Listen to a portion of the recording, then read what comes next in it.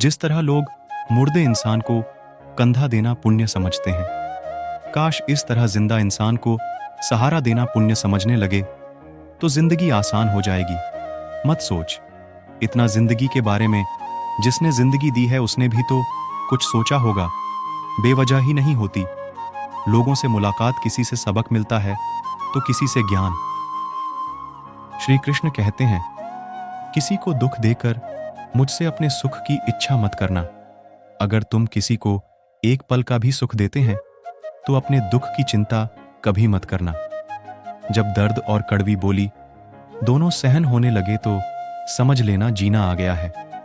कौन क्या कर रहा है, कैसे कर रहा है, क्यों कर रहा है, इन सब से आप जितना दूर रहेंगे उतना ही खुश रहेंगे। हंसते रहो तो दुनिया साथ है, वरना आंसुओं को तो आंखों में भी जगह नहीं मिलती। जीवन में जो होता है वह किसी वजह से होता है। या तो वह आपको कुछ बनाकर जाता है या फिर कुछ सिखाकर। कटना पीसना और अंतिम समय तक निचोड़े जाना गन्ने से बेहतर कौन जानता है कि मीठा होने का नुकसान कितना होता है। जब कोई दिल दुखाए तो सबसे बेहतर है कि हम चुप हो जाएं, क्योंकि जिन्हें हम जवाब नहीं देते उन्हें फिर वक्त जवाब देता है। अंधे बहरे गूंगे बनकर अपने लक्ष्य पर ध्यान देते रहो। यहां इतने खाली लोग हैं कि ना खुद कुछ करेंगे ना करने वालों को कुछ करने देंगे और उनका मनोबल भी तोड़ देंगे। लोग जरा सी बात पर आपको छोड़ देते हैं और भगवान जरा सी प्रार्थना से आपको थाम लेते। कर्मों से डरिए, ईश्वर से नहीं। ईश्वर तो माफ कर देता है, मगर कर्म नहीं। या अटल सत्य है कि जैसे बछड़ा 100 गायों में अपनी मां को ढूंढ लेता है, उसी प्रकार कर्म अपने कर्ता को आज नहीं तो कल ढूंढ ही लेता है। इसलिए आज में सुधार करें और पुरानी बातों को अनुभव की तरह इस्तेमाल करें। जिस जिंदगी में उत्साह, लक्ष्य और अनुशासन ना हो उसे जिंदगी जीना नहीं, जिंदगी काटना कहते हैं। कभी कभी आप बिना कुछ गलत किए भी बुरे बन जाते हैं, क्योंकि जैसा लोग चाहते थे आप वैसा नहीं करते। मैंने हंसकर भी देख लिया, क्योंकि अंधेरे में तो परछाई भी साथ छोड़ देती है। अगर कोई आपको सच्चा प्यार करता है तो आपको समय जरूर देगा, आपकी हर स्थिति में साथ देगा, हमेशा आपके लिए समर्पित रहेगा, क्योंकि सच्चा प्यार एक दूसरे की खुशियां चाहेगा। आंखों में पानी नहीं, लोहे को कोई नष्ट नहीं कर सकता, बस उसका जंक उसे नष्ट कर सकता है। इसी तरह आदमी को कोई और नहीं बल्कि उसकी सोच ही नष्ट कर सकती है। इसलिए सोच अच्छी रखो, फल अच्छा ही होगा। इतना कमजोर मत बनो कि कोई भी आपको तोड़ सके, बल्कि इतना मजबूत बनो कि आपको तोड़ने वाला खुद ही टूट जाए। दर्द आपको मजबूत बनाता है, डर आपको बहादुर बनाता है, अनुभव आपको सिखा देता है। जिस दिन हम समझ जाएंगे कि सामने वाला गलत नहीं, सिर्फ आपकी सोच हमसे अलग है, उस दिन जीवन में सब दुख दूर हो जाएंगे। क्यों रोते हो? मन का ना होने पर जो लिखा है वही होकर रहेगा। एक रास्ता बंद करने से पहले भगवान 10 रास्ते खोल देते हैं। गर्मी के मौसम में पत्ते सूखने के बाद भी पंछी घोंसला नहीं छोड़ती, क्योंकि वह जानते हैं फिर से बरसात आएगी और पेड़ पर नए पत्ते आएंगी। जो हुआ उसे भूलकर नई शुरुआत करें और याद रखो, जिसका कोई नहीं होता उसका भगवान होता है।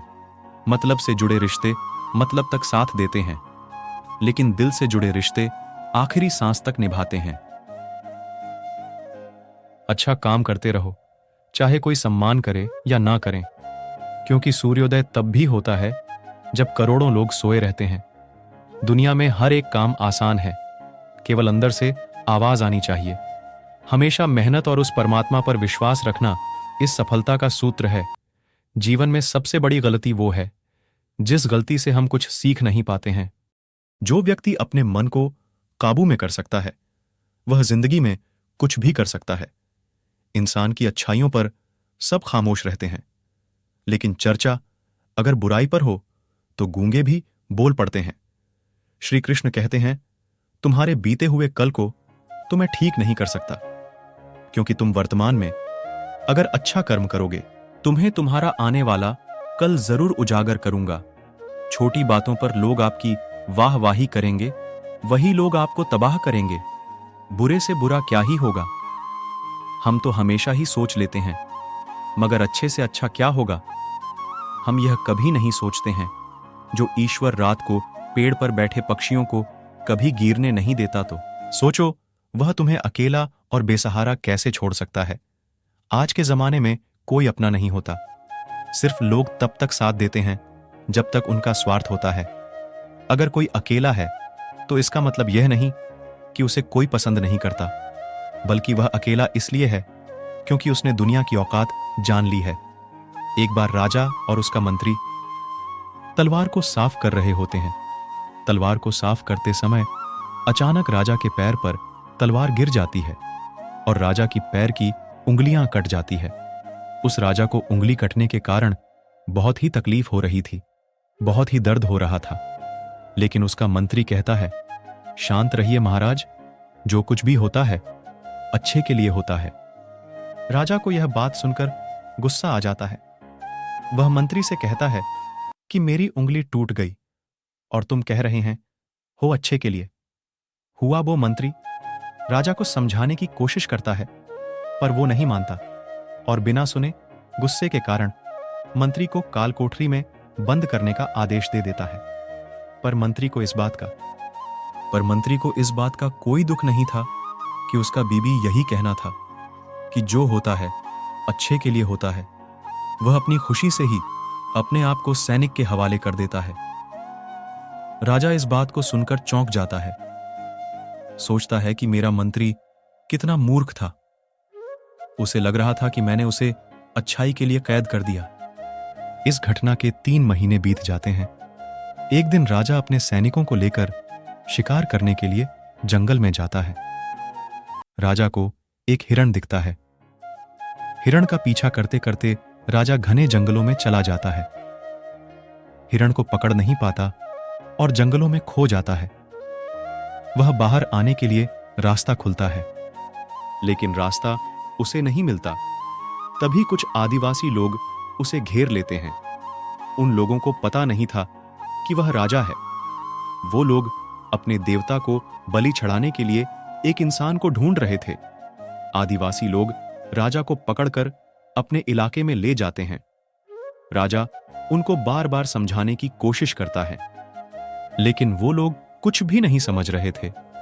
वो लोग खुशी से नाचते, राजा को नहलाकर बलि चढ़ाने के लिए उनको कपड़ा पहनाते। अब राजा को लगता है कि वो मरने वाला है। जब आदिवासी लोगों का मुखिया राजा को मारने जाता है, तब देखता है कि राजा के पैर की अंगुली कट चुकी है।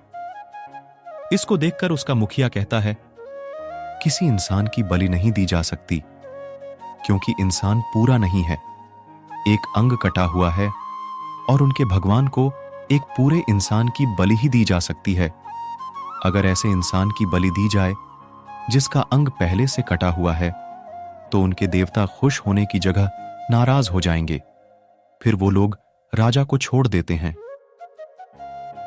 राजा खुशी खुशी अपने महल चला जाता है और सोचता है, अगर मेरी उंगली उस दिन ना कटी होती तो आज मेरी मौत हो जाती। इसका मतलब मंत्री सही कह रहा था, जो कुछ होता है अच्छे के लिए होता है। फिर राजा अपने सैनिकों को आदेश देता है कि जल्दी से जाकर मंत्री को रिहा किया जाए। राजा मंत्री को अपना पद वापस देते हैं और पूछते हैं, मंत्री, उस दिन मेरी उंगली कट गई, मेरे लिए अच्छा मैं मान गया, लेकिन तुम जेल में हो, इससे तुम्हारा क्या अच्छा हुआ? राज्य मंत्री खुशी खुशी राजा से कहता है, महाराज, आप शिकार के लिए जाते तो आपके साथ मुझे जाना होता, और अगर मैं आपके साथ जाता तो लोग मुझे भी मार देते। मंत्री की बात सुनकर राजा को समझ आता है कि जो भी हमारे जीवन में होता है अच्छे के लिए होता है। अगर हम अपने जीवन में देखें तो हमारे जीवन में भी कुछ मुश्किलें आती हैं। हम उनका सामना नहीं करते, हम उनको ही दोष देते हैं। यह मुश्किलें हमें आगे बढ़ाने और मजबूत करने के लिए ही आती है। हमें हर मुश्किलों को सकारात्मक तरीके से देखना चाहिए, क्योंकि हर चीज कुछ ना कुछ सिखाकर ही जाती है। हर व्यक्ति के जीवन में सुख और दुख का आना जाना बना रहता है। दोस्तों, आशा करते हैं कि वीडियो आपको पसंद आई होगी। मिलते हैं